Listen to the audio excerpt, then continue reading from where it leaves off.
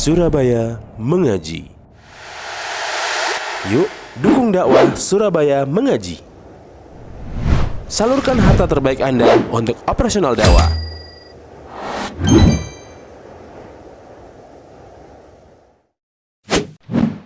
SM Store, amanah dalam muamalah. Assalamualaikum warahmatullahi wabarakatuh. Innal hamdalillah nahmaduhu wa nasta'inuhu wa nastaghfiruh wa na'udzu billahi min shururi anfusina wa min sayyiati a'malina. Man yahdihillahu fala mudilla lahu wa man yudlil fala hadiya lahu. Asyhadu an la ilaha illallah wahdahu la syarika lahu wa asyhadu anna Muhammadan abduhu wa rasuluh. Ya ayyuhalladzina amanu taqullaha haqqa tuqatih wa la tamutunna illa wa antum muslimun. Ya ayyuhan nasu taqu rabbakum alladzi khalaqakum min nafsin wahidah wa khalaqa minha zawjaha wa bassa minhuma rijalan katsiran wa nisaa'a wattaqullaha alladzi tasaaluna bihi wal arham innallaha kana 'alaykum raqiba. Ya ayyuhalladzina amanu taqullaha wa qulu qawlan sadida yuslih lakum a'malakum wa yaghfir lakum dhunubakum wa man yuti'illaha wa rasulahu faqad faza fawzan 'azima. Amma ba'd. Fa inna asdaqal hadithi kitabullah wa khairul huda hudan nabiyyi sallallahu alaihi wasallam wa syarrul umuri muhdatsatuha wa kullu muhdatsatin bid'ah wa kullu bid'atin dhalalah wa kullu dhalalatin finnar. Para hadirin kaum muslimin dan muslimah yang dimuliakan Allah Subhanahu wa taala. Alhamdulillah pada malam hari ini kita masih diberikan taufik dan pertolongan dan kemudahan oleh Allah Subhanahu wa taala untuk melaksanakan salat berjamaah dan dilanjutkan dengan menuntut ilmu syar'i. Semoga amal ibadah yang kita lakukan diterima oleh Allah Subhanahu wa taala. Amin ya rabbal alamin. Kembali kita melanjutkan pembahasan dari kitab Matan Abi Syuja', yaitu sebuah kitab yang membahas fikih dalam madhab al-Imam Asy-Syafi'i rahimahullahu taala. Pada pertemuan yang sebelumnya kita telah membahas tentang rukun-rukun haji dan kewajiban-kewajiban di dalam ibadah haji. Yang kurang lebih rukun-rukun haji itu ada 4. Yang pertama adalah al-ikhram, yaitu seseorang mengucapkan labbaika hajjan. Ya Allah, aku penuhi panggilanmu untuk haji. Ini namanya ikhram. Kemudian rukun haji yang kedua adalah al-wuqufu bi Arafah. Melakukan wukuf di padang Arafah mulai waktu zuhur sampai terbenamnya matahari atau waktu maghrib. Kemudian yang ketiga wat-tawafu bil bait, yaitu melakukan tawaf, namanya tawaf ifadah. Ini termasuk rukun haji, yaitu melakukan tawaf 7 kali putaran. Ini namanya tawaf ifadah. Kemudian sa'i yang keempat adalah sa'i antara Safa dan Marwah. Ini diantara rukun-rukun dalam ibadah haji. Jadi rukun ini harus dikerjakan. Kalau ditinggalkan, maka hajinya tidak sah dan harus diulang di tahun-tahun berikutnya. Kemudian kewajiban-kewajiban haji menurut Al-Imam Abu Syuja' itu ada beberapa hal. Kewajiban-kewajiban haji al-ikhramu minal miqat, yaitu melakukan ikhram di miqat. Miqat ini tempat-tempat yang sudah ditentukan oleh Rasul sallallahu alaihi wasallam. Kemudian melempar jumrah, ya. Kemudian al-halq, yaitu mencukur rambut. Ini diantara kewajiban-kewajiban haji. Ini menurut Al-Imam Abu Syuja'. Kita lanjutkan sekarang sunnah-sunnah dalam ibadah haji. Ya. Sunnah-sunnah yang perlu diperhatikan dalam ibadah haji. Namanya sunnah ini kalau kita ingin pahala yang maksimal dalam ibadah haji, maka kita perhatikan sunnah-sunnah ini.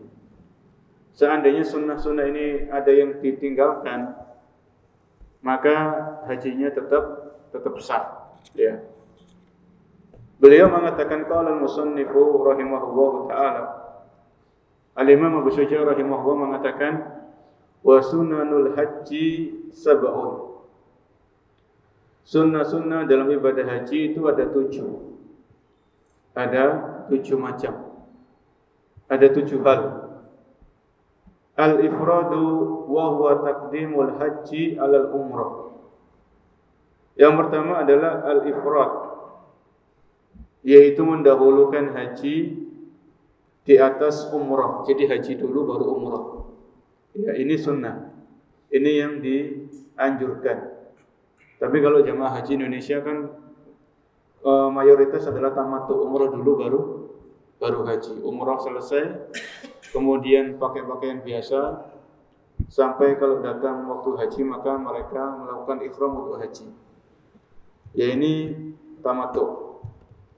Kemudian yang kedua, kata beliau, di antara sunnah-sunnah dalam haji adalah at-talbiyah, yaitu memperbanyak membaca talbiyah. Ya, membaca talbiyah. Dalam membaca talbiyah atau mengucapkan talbiyah, di sini disebutkan wa yutlabu fiha raf'us sauti lirrijal. Ammal mar'atu fatasarru biha. Ya. Talbiyah ini kalau laki-laki itu dibaca atau mengucapkannya dengan keras. Ya, labbaik Allahumma labbaik. Itu diucapkan dengan suara yang lantang, suara yang kencang. Ya. Ini bagi laki-laki. Adapun bagi perempuan atau jamaah haji wanita, maka para wanita ini membaca talbiyahnya dengan suara yang lirih, ya, dengan suara yang pelan. Disebutkan dalam hadis riwayat Usama bin Zaid radhiyallahu anhu. Usama bin Zaid radhiyallahu anhu mengatakan lam yazalin Nabi sallallahu alaihi wasallam yulabbi hatta rama jamratal aqabah. Senantiasa Nabi sallallahu alaihi wasallam itu bertalbiyah sampai beliau melempar jumrah Aqabah. Ketika beliau hendak melempar jumrah Aqabah, maka beliau berhenti untuk bertalbiyah. Ya, berhenti untuk bertalbiyah. Adapun untuk jamaah umrah, untuk yang umrah talbiyah ketika umrah, lil mu'tamir min al-ihram ila an yara al-Ka'bah. Kalau yang umrah ini talbiyahnya dimulai ketika setelah ihram. Misalnya kalau ihramnya itu di Bir Ali atau di Dzul Hulaifah, setelah mengucapkan labbaika umratan, ya Allah aku memenuhi panggilanmu untuk umrah, maka dimulai dari situ dia bertalbiyah. Ya. Baik itu naik kereta ataupun naik bis. Ya. Kalau naik bis kan sekitar 6 jam, kurang lebih lah. Maka dalam dia di atas bis ini bertalbiyah sebanyak-banyaknya. Kalau capek istirahat, tidur sejenak, bangun talbiyah lagi. Ya.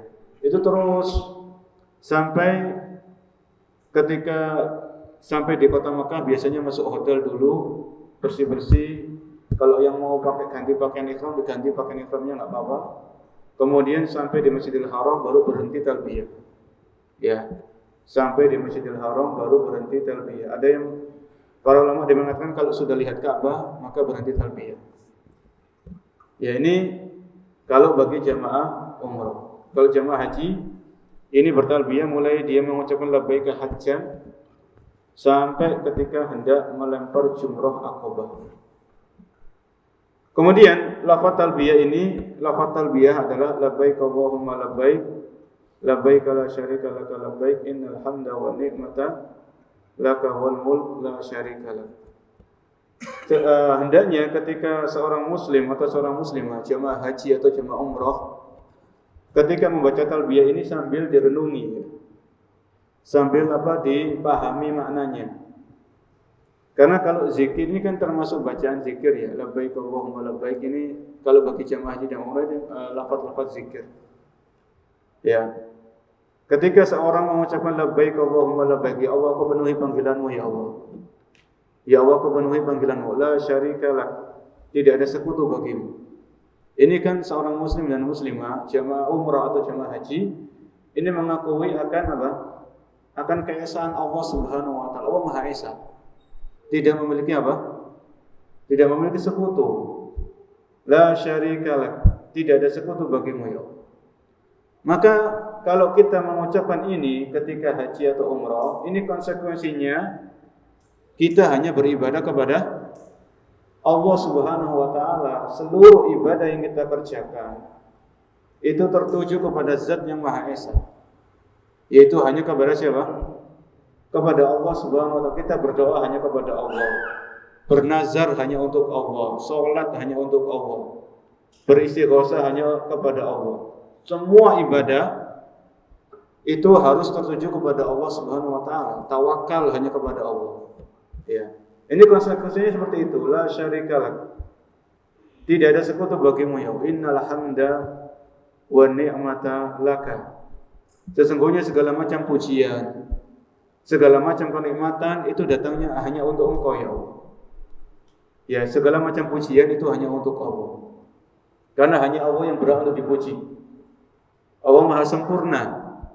Allah tidak memiliki kekurangan. La ta'khudhuhu sinatun wala naum. Allah tidak ditimpa rasa ngantuk, tidak pula tidur. Allah Maha sempurna.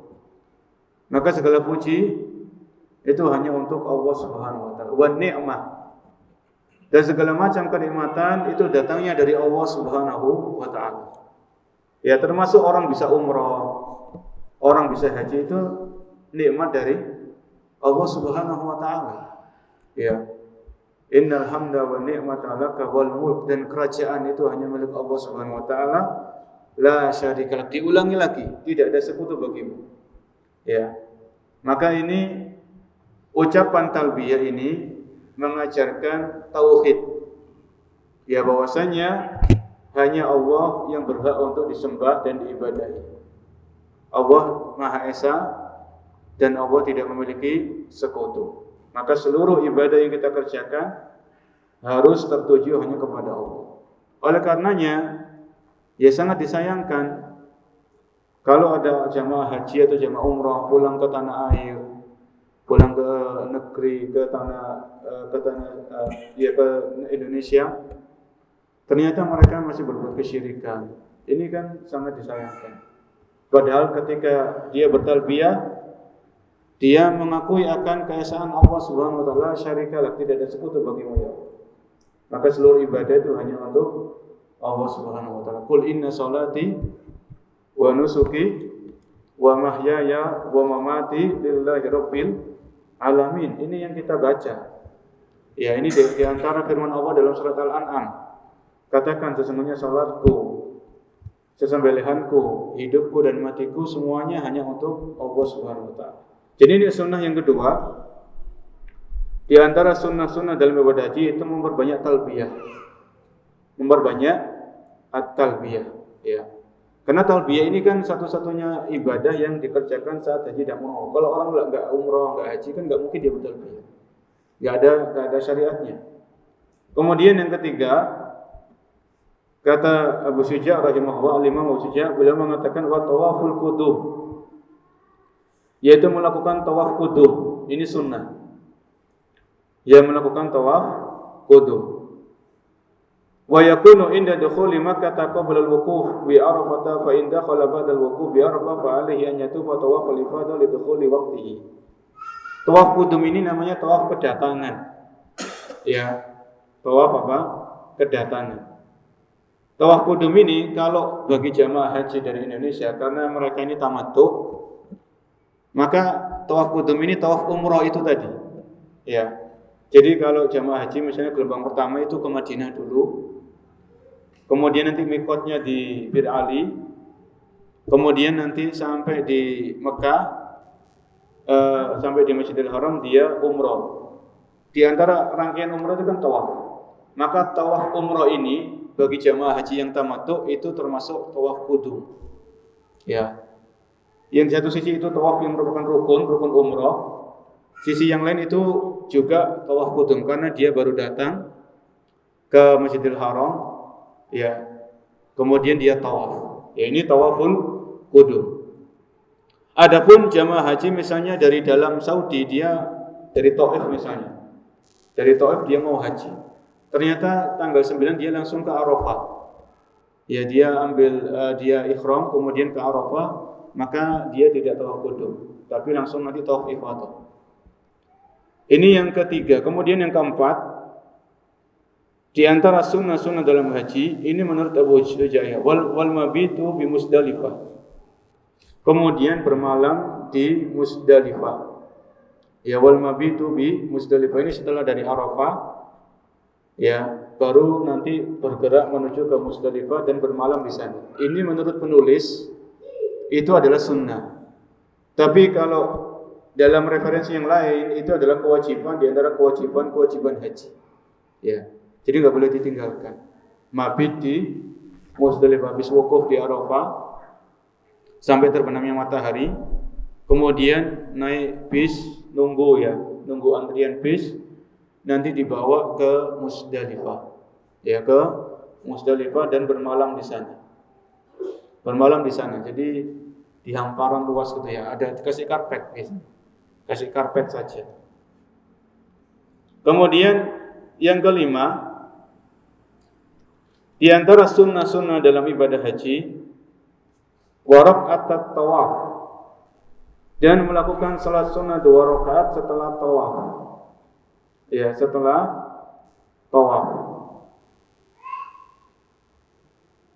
Disebutkan dalam sebuah hadis riwayat Abdullah bin Umar radhiyallahu anhuma, kana Rasulullah sallallahu alaihi wasallam idza tawafa fil haji wal umrah awwala ma yuqaddimu fa innahu yas'a salasata atwafin bil bait summa yamshi arba'a summa yusalli sajdataini summa yatufu baina safa wal marwah. Jadi di antara sunnah-sunnah dalam haji itu melakukan salat sunnah 2 rakaat setelah apa? Setelah tawaf. Ya. Jadi tawaf mulai dari Hajar Aswad sampai ke Hajar Aswad lagi 7 kali putaran. Maka setelah itu salat sunnah 2 rakaat sebelum sa'i. Ya. Jadi habis tawaf itu kan sa'i. Tapi sebelum sa'i maka salat dulu 2 rakaat. Di rakaat yang pertama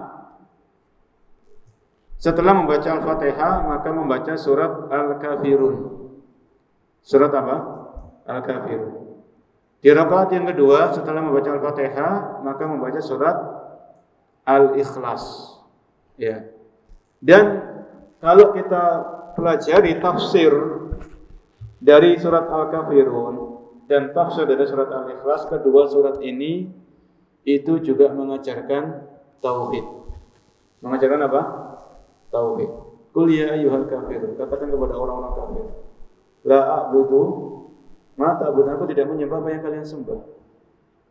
Terus ya, jadi intinya ini urgensi tauhid para jemaah. Ini urgensi pentingnya tauhid ini Nabi ajarkan sallallahu alaihi wasallam di antaranya dalam salat sunnah 2 rakaat setelah tawaf. Iya. Qul huwallahu ahad Allahu samad. Ini tauhid semuanya ini. Ya. Bahkan bukan hanya di 2 rakaat setelah tawaf. Salat sunnah qabliyah subuh itu juga sama. Setelah Al-Fatihah baca apa? Al-Kafirun. Rakaat kedua setelah Al-Fatihah baca apa? Al-Ikhlas. Ini jadi ketika misalnya orang ya bangun tidur dia enggak sempat salat tahajud, enggak sempat salat witir. Dia salat qabliyah subuh. Jadi orang itu mulai harinya, mulai kehidupan paginya dengan tauhid. Ya, dia mengingat akan keesaan Allah Subhanahu wa taala. Allah Maha Esa, Allah enggak memiliki sekutu. Ini di pagi hari. Ya. Bahkan bukan hanya salat qabliyah subuh saja, di salat witir. Di salat witir juga Nabi SAW mengajarkan kita untuk membaca 2 surat ini. Ya, kalau rakaat pertama kan Al-A'la, habis Al-Fatihah. Rakaat kedua Al-Kafirun, setelah Al-Fatihah. Rakaat ketiga Al-Ikhlas. Ya. Al-Imam Ibnu Qayyim ini sebagai tambahan faedah ya. sebagai tambahan faedah. Jadi ketika Rasulullah SAW mengajarkan kita membaca dua surat ini di saat witir, maka kita menutup hari kita, menutup malam itu dengan tauhid. Kemudian ketika di pagi hari kita memulai aktivitas kita di pagi hari dengan sholat qobliyah subuh, kita memulai hari kita juga dengan ajaran apa? Ajaran tauhid. Ya. Jadi luar biasa dua surat ini. Kalau kita paham akan isinya. Tapi kalau kita sekedar baca nggak paham ya, jangan-jangan kita masih suka berbuat syirik. Ini kan bahaya. Taib, ini tadi yang kelima di antara sunnah-sunnah haji menurut Al-Imam Abu Syuja melakukan salat 2 rakaat setelah tawaf. Seandainya orang nggak sempat, ya mau tawaf, habis tawaf langsung sa'i, nggak pakai salat 2 rakaat maka nggak masalah, hajinya tetap sah, umrohnya juga tetap sah. Ya. Cuman pahalanya kan nggak sama antara orang yang sholat 2 rakaat setelah tawaf dengan orang yang nggak sholat 2 rakaat setelah tawaf, maka pahalanya tentu tidak sama. Kemudian yang keenam, ya, wal mabitu bi Mina, melakukan mabit atau bermalam di Mina. Ini menurut Abu Syuja rahimahullah itu sunnah. Di dalam referensi yang lain, mabit di Mina ini termasuk salah satu kewajiban di antara kewajiban haji. Ya. Maka kalau memang sempat kita lakukan, ya kita lakukan mabit di Mina. Ya, untuk kehati-hatian lakukan saja mabit di Mina karena dalam mazhab yang lain mabit di Mina termasuk salah satu kewajiban di antara kewajiban-kewajiban haji. Kemudian yang terakhir di antara sunnah-sunnah haji wa tawaful wada, yaitu melakukan tawaf wada. Tawaf wada ini tawaf perpisahan. Ya, tawaf apa?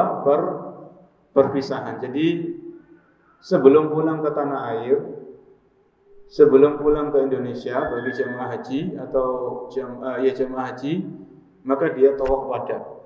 Dia tawaf perpisahan. Dalam pendapat yang lain, tawaf wada ini dia mengatakan termasuk kewajiban di antara kewajiban-kewajiban haji. Ya. Ini di antara 7 hal yang merupakan sunnah-sunnah dalam ibadah haji menurut Al-Imam Abu Syuja dalam mazhab Syafi'i. Kemudian kita lanjutkan di sini halaman 199, kaifiyatul ihram. Bagaimana seseorang itu berihram? Ya, kita ingat ihram ini termasuk salah satu rukun haji. Ya, termasuk salah satu rukun haji. Beliau mengatakan wa yatajarradur rajulu indal ihram anil makhiti wa yalbasu izaran wa ridaan abyadaini. Ketika seorang laki-laki, ini beliau bicara tentang jamaah haji laki-laki. Ya, kalau seorang laki-laki yang haji itu melakukan ihram wa yatajarrad, maka dia melepaskan pakaiannya dan dia hanya memakai 2 helai pakaian putih. Izar ini yang bagian atas, izar ini yang bagian bawah. Warida ini yang bagian atas. Abyado ini yang berwarna putih. Ya, berwarna putih. Ini hal yang perlu diperhatikan ketika seseorang itu mau ihram. Misalnya sudah tanggal 8 Zulhijjah, maka dia mengucapkan labbaika hajjan. Sebelum dia mengucapkan labbaika hajjan, maka dia melepaskan pakaiannya membentuk tubuh ya. Jadi al-makhit itu pakaian-pakaian yang membentuk tubuh, ya, kaos dalam dan lain sebagainya, itu semuanya dilepaskan. Kemudian dia hanya laki-laki ini memakai 2 helai kain, ya, izar sama rida. Ini baru dia mengucapkan labbaika hajjan. Ya Allah, aku penuhi panggilanmu untuk melakukan ibadah haji. Maka di sini pensyarah mengatakan faidah. Amara Allah azza wa jalla al-muhrima bit tajarrudi min lubsil makhit ma'al ilmi anna min al-adabi inda mulaqatil akabi laysa akharus thiyab. Ya. Al-jawab inna ma amara umra al-abdu bi misli dhalika isyaratin anna min al-adab min kulli mudnib an ya'ti rabbahu khashiyan dalilan mutajarridan min jami' al-ala'iq ad-dunyawiyah. Ya. Jadi ketika jamaah haji ini semuanya yang laki-laki memakai pakaian 2 helai kain putih, ini untuk menunjukkan semuanya sama di hadapan Allah Subhanahu wa taala. Mau yang kaya, mau yang hajinya haji furoda, mau yang hajinya haji ONH plus, mau yang hajinya haji reguler, semuanya kalau laki-laki pakaiannya sama. Mau yang kaya atau yang enggak terlalu kaya, semuanya pakaiannya putih-putih. Ya. Ini semuanya pakaiannya putih. Ya. Ini diantara hikmahnya. Di antara hikmah yang lain, ya, kenapa ketika haji laki-laki itu hanya memakai 2 helai kain? Ya, lima syuru'iyyati tajridimul makhit fil haji wal umrah hukmu hikamun katsira. Minha tadabbur ahwalin nasi yaumul ba'si. Maka di antara hikmahnya ketika jamaah laki-laki ini pakai 2 helai pakaian 2 helai kain putih untuk mengingat keadaan nanti di hari kiamat. Ya, mengingat keadaan nanti manusia di hari kiamat. Di hari kebangkitan ketika manusia dibangkitkan dari alam kuburnya. Ya, fa innahum yub'atsuna yaumal qiyamati khufatan uratan. Karena manusia nanti dibangkitkan di hari kiamat itu dalam keadaan telanjang. Tidak berkhitan, tidak memakai alas kaki. Kemudian Allah kasihkan pakaian. Ya. Jadi bayangkan ya kalau di Arafah itu sekian semua jamaah itu kumpul di Arafah. Semuanya pakaian putih yang laki-laki itu untuk laki-laki. Itu mengingatkan akan nanti kejadian di hari kiamat di padang mahsyar. Bagaimana Allah kumpulkan manusia dari setelah dibangkitkan dari alam kuburnya. Ya. Kalau di Arafah, kalau kita haji mungkin kalau kesusahan kita bisa minta tolong sama teman kita. Kalau di padang mahsyar, maka semuanya sudah mikir sendiri-sendiri. Enggak mikirkan orang lain, enggak mikirkan istrinya, enggak mikirkan anaknya. Yauma yafirul mar'u min akhi. Ketika itu hari seseorang lari dari saudaranya, wa ummihi wa abi. Lari dari bapak dan ibunya. Wa sahibatihi wa bani, lari dari istri dan anak-anaknya. Ya. Jadi ini ketika haji itu, ketika jamaah itu mau merenungkan kenapa saya kalau laki-laki hanya memakai 2 helai pakaian putih, maka dia ingat nanti kejadian-kejadian di antaranya di padang mahsyar di hari kiamat. Ya, maka itu semakin membuat jamaah haji ini tunduk, khusyuk, ya, dalam ibadah hajinya. Ya, ini tadi ketika ihram, ya harus memastikan semua pakaian-pakaian yang membentuk anggota tubuh itu dilepaskan. Ya. Hanya 2 helai kain yang dipakaikan di atas tubuhnya untuk menutupi auratnya, ya, untuk menutupi auratnya. Kemudian yang berikutnya, faslun mahrumatul ihram, larangan-larangan di saat ihram. Larangan-larangan di saat ihram. Jadi ketika seseorang itu sudah mengucapkan labbaika umratan, atau kalau dia umrah, atau kalau dia haji, dia mengucapkan labbaika hajjan, maka berlakulah larangan-larangan di saat ihram. Beliau mengatakan rahimahullah, wa yahrumu 'alal muhrimi asyratu asya. Diharamkan bagi orang-orang yang sedang ihram, ya, itu ada beberapa hal, 10 hal. Yang pertama, lubsul makhit. Ya, lebesu al-makhit, yaitu memakai pakaian yang membentuk tubuh. Ya, kalau laki-laki ini ketika dia sudah ihram atau sudah ihram, maka dia dilarang untuk memakai pakaian yang membentuk tubuhnya. Kaos dalam, ya, pakaian-pakaian dalam itu harus dilepaskan. Maka pembimbing umrah itu harus mengingatkan jamaahnya. Ya, sebelum ihram itu di briefing lagi, diingatkan lagi. Ya. Karena ini termasuk larangan di saat ihram adalah memakai pakaian-pakaian yang membentuk lekukan-lekukan tubuh walaupun enggak ada jahitannya. Ya, walaupun tidak ada jahitannya. Kemudian yang kedua, tahtiyatur ra'si minar rajuli wal wajhi minal mar'ah. Yang kedua, di antara larangan-larangan ihram itu menutup kepala bagi laki-laki.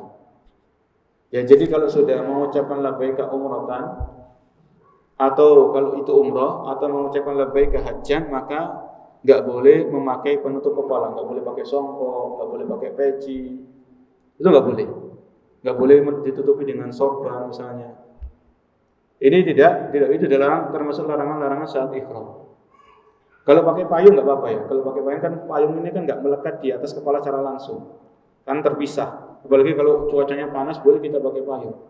Ya, di saat di padang Arafah mungkin panas, pakai payung nggak apa-apa. Ya. Tapi menutupi secara langsung, pakai topi, pakai kopiah, songkok ini nggak boleh. Ini termasuk larangan-larangan ihram. Ini bagi para pembimbing juga harus mengingatkan jamaahnya. Karena tugasnya seorang pembimbing itu berat juga ya, karena dia punya amanah. Kalau bagi wanita dilarang menutup wajahnya, ya, dilarang menutup wajahnya. Kalau misalnya itu dia pakai cadar, maka cadarnya itu enggak langsung menempel di wajah. Jadi kayak apa namanya? Kain dijulurkan gitu aja. Jadi kain dijulurkan, bukan ditempelkan di wajah atau kemudian diikat, itu tidak. Ya. Jadi kalau wanita itu kalau dia memang namanya haji ya, di padang Arafah itu kan campur laki-laki perempuan. Mabit di Musdalifah juga enggak campur. Kalau dia biasanya pakai cadar, maka dia pakainya itu gantinya pakai kain yang dijulurkan dari atas kepala untuk menutupi wajahnya. Dijulurkan gitu aja. Ya. Insyaallah ada hal seperti itu ada. Baik, ini yang kedua. Kemudian yang ketiga, wa tarjilu sya'ri wa halquhu. Dilarang untuk menyisir rambut atau mencukurnya. Ini karena ketika masih ihram ya. Ketika masih ihram ini dilarang menyisir rambut atau mencukurnya. Ya. Dikhawatirkan apa sih kalau di sini kenapa Abu Suja membawakan hal ini dalam larangan ihram? Karena kalau orang itu sisiran, ya terlalu kencang nyisirnya, akhirnya khawatirnya ada rambut-rambut yang rontok. Ini kata pensyarah di sini. Khawatirnya ada rambut-rambut yang rontok atau iseng-iseng cabut-cabut rambutnya, akhirnya jangan. Ya, ini jangan dilakukan. Pokoknya kalau sudah ihram itu fokus dalam rangkaian ibadah haji atau umrohnya, talbiyah, baca Al-Quran, ya zikir, atau baca buku-buku yang bermanfaat. Pokoknya sibukan, jangan iseng-iseng kemudian dolanan rambutnya gini ya, cabut gitu ya. Ini jangan. Hindari hal-hal yang enggak bermanfaat. Karena ini kita sedang dalam ibadah. Ketika sudah ihram, fokus kerjakan rangkaian-rangkaian manasiknya, umrah atau manasik hajinya. Yang keempat, taklimul adhafir atau taklimul atfar, yaitu mencukur, memotong kuku. Ya, memotong kuku. Ini enggak boleh. Ini termasuk larangan-larangan saat ihram. Kalau mau potong kuku ya sebelum ihram tadi, ya potong kuku tangan, kuku kaki itu sebelum ihramnya. Kalau sudah ihram jangan. Kemudian yang kelima, wattib.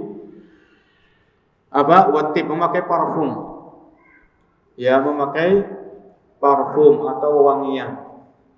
Ya. Jadi kapan kita pakai parfum? Ya, sebelum ihramnya. Kalau laki-laki biasanya dia mandi, sebelum ihram kan kita mandi, kemudian pakai parfum. Parfum itu di tubuh ya. Jangan di pakaian ihramnya, jangan di pakaian ihramnya. Tapi kalau sudah ihram, sudah mengucapkan labbaika umrah bagi yang umrah atau labbaika hajjan bagi yang haji, maka dilarang kita memakai parfum atau memakai wangian. Ya. Kemudian yang berikutnya, yang keenam, waqatlu as-sayd. Waqatlu as-sayd. Ya, yaitu membunuh hewan buruan. Membunuh hewan buruan. Ya, jadi ketika ihram iseng-iseng kok ada burung diketapel gitu ya, mati burung. Ini jangan. Ya, ini sedang dalam ibadah. Kalau dulu di zaman dulu mungkin ketika ihram itu kan pakai naik unta atau naik kuda gitu ya. Mungkin di tengah-tengah jalan ada binatang-binatang yang lucu-lucu diburu. Ini godaan. Ya, godaan bagi jamaah haji ya, di antara zaman dulu itu kan berburu. Ya, maka itu larangan ihram adalah berburu. Kemudian yang keenam, wa'aqdun nikah. Melakukan akad nikah, ini enggak boleh. Ya, jadi ketika ihram sudah mengucapkan labbaika umratan atau mengucapkan labbaika hajjan kalau yang haji, ini dilarang melakukan akad nikah. Ya, sempat ada yang viral. Ya, ada nggak tahu jamaah mungkin dari Indonesia atau dari mana itu melakukan akad nikah di pelataran Ka'bah gitu ya. Itu ramai itu dan sebagainya. Wallahu alam, kalau dia sedang ihram maka itu nggak boleh. Kalau dia sedang ihram, kan kita nggak tahu orang yang di pelataran Ka'bah itu kan ada yang mungkin tawaf sunnah kan ya, tawaf sunnah tapi dia pakai pakaian ihram, karena biasanya kalau di Masjidil Haram itu kalau yang bukan tawaf umrah atau tawaf haji, kalau jamaah kalau musim haji, kalau bukan tawaf umrah dan nggak pakai pakaian ihram itu dilarang di pelataran. Kalau mau tawaf sunnah itu di lantai 2. Ya. Maka sebagian kaum muslimin, sebagian jamaah ketika dia bukan tawaf umrah, yang itu yang rukun umrah, dia cuma tawaf sunnah, dia pakai pakaian ihram. Ya, untuk bisa tawaf di pelataran. Karena beda para jemaah. Tawaf di pelataran itu lebih cepat daripada di lantai 2 ya. Motornya lumayan. Ya, motornya lumayan agak lebar kalau di lantai 2. Ya. Maka kalau orang itu dia ihramnya itu dia pakai pakaian ihram tapi dia itu tawaf sunnah karena umrahnya sudah selesai, kemudian dia melakukan akad nikah di pelataran Ka'bah, ya itu tidak ada sangkut pautnya dengan umrahnya, dengan ihramnya. Karena yang jelas di sini di antara larangan ihram adalah melakukan akad nikah. Kemudian yang ke-8 wal wad'u, yaitu melakukan hubungan suami istri. Ini dilarang di saat masih ihram sampai tahallul. Sampai selesainya tahallul. Kalau di haji itu ada tahallul awal, ada tahallul tsani. Ya. Kemudian yang ke-9 wal mubasyaratu bisyahwah, yaitu melakukan hal-hal yang bisa membangkitkan syahwat.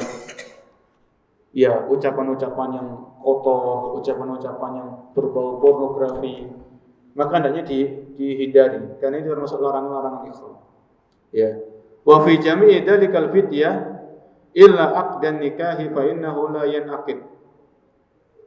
Dan semua ini kalau orang itu melakukan larangan-larangan ihram, maka kalau dilanggar maka dia membayar fidyah. Ya. Kecuali akad nikah. Illa aqdun nikah fa innahu la yanaqid. Karena akad nikah ini yang dilakukan saat ihram itu akad nikahnya tidak sah. Tidak sah. Wala yusidu ila al-wad'u fil farji wala yakhruju minhu bil fasad.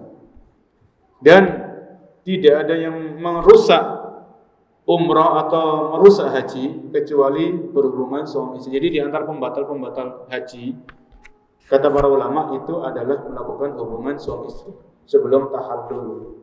Ya, itu batal haji. Ini di antara yang beliau sebutkan larangan-larangan ihram. Maka intinya ketika kita sedang umrah atau sedang haji, sudah ihram, maka kita ingat-ingat terus ini larangan-larangan ihram, kita ingat-ingat terus. Pembimbingnya juga mengingatkan jamaahnya, ya, supaya jangan sampai ada larangan yang dilarang atau yang diterjang. Baik, kemudian hukum man fatahul wuquf bi Arafah. Hukum orang-orang yang ketinggalan wukuf di Arafah. Ini disebutkan oleh Al-Imam Abu Sujah. Ya, apa yang dilakukan kalau seseorang ketinggalan wukuf di Arafah, padahal wukuf ini rukun haji. Ya, qala al-musannif Al-Imam Abu Sujah rahimahullah mengatakan, man fatahul wuqufu bi Arafah tahallala bi amali umratin wa alaihi al-qada'u wal hadyu. Ya. Barang siapa yang ketinggalan wukuf di Arafah, ya, tahallala, maka dia bertahallul. Bi amali umrah, dia melakukan amalan-amalan seperti amalan umrah, wa alaihi al-qada'u wal hadyu. Dan dia harus membayar, dia harus mengqadha hajinya, dan dia menyembelih hewan. Hadi itu menyembelih binatang, ya, seperti kambing. Di sini pensyarah mengatakan wal al-wuquf bi Arafah yaum at-tasi' min syahr Dzulhijjah ahamul arkan. Wukuf di Arafah itu termasuk rukun yang paling penting. Semua rukun itu penting. Ya, faman lam yati bi hadzal rukna fa huwa muhrim li udrin kamaradin mana'ahu min al-wuquf bi Arafah aw ghairuhu tahallala wujuban bi umratin ayyati bi tawaf was-sa'i illam yakun sa'yu ba'da tawafil qudum wa alaihi qada'ul haji fil 'amil qadim. Ya. Jadi kalau orang itu misalnya dia enggak wukuf, mungkin ketiduran, ya enggak tahu, mungkin ada aja ketiduran, ketinggalan, enggak wukuf sama sekali, atau sakit, ya, sakit, enggak bisa bergerak, ya. Sebenarnya kalau sakit kan masih bisa dibawa pakai kursi roda dan misalnya ini enggak berangkat sama sekali, enggak wukuf sama sekali, maka orang seperti ini dia harus mengqadha hajinya, harus dia mengulangi hajinya di tahun-tahun berikutnya, ya. Dan dia tahallul dari hajinya. Tapi kita dengarkan azan dulu, kemudian kita lanjutkan sedikit berkaitan dengan hukum orang yang ketinggalan wukuf di Arafah.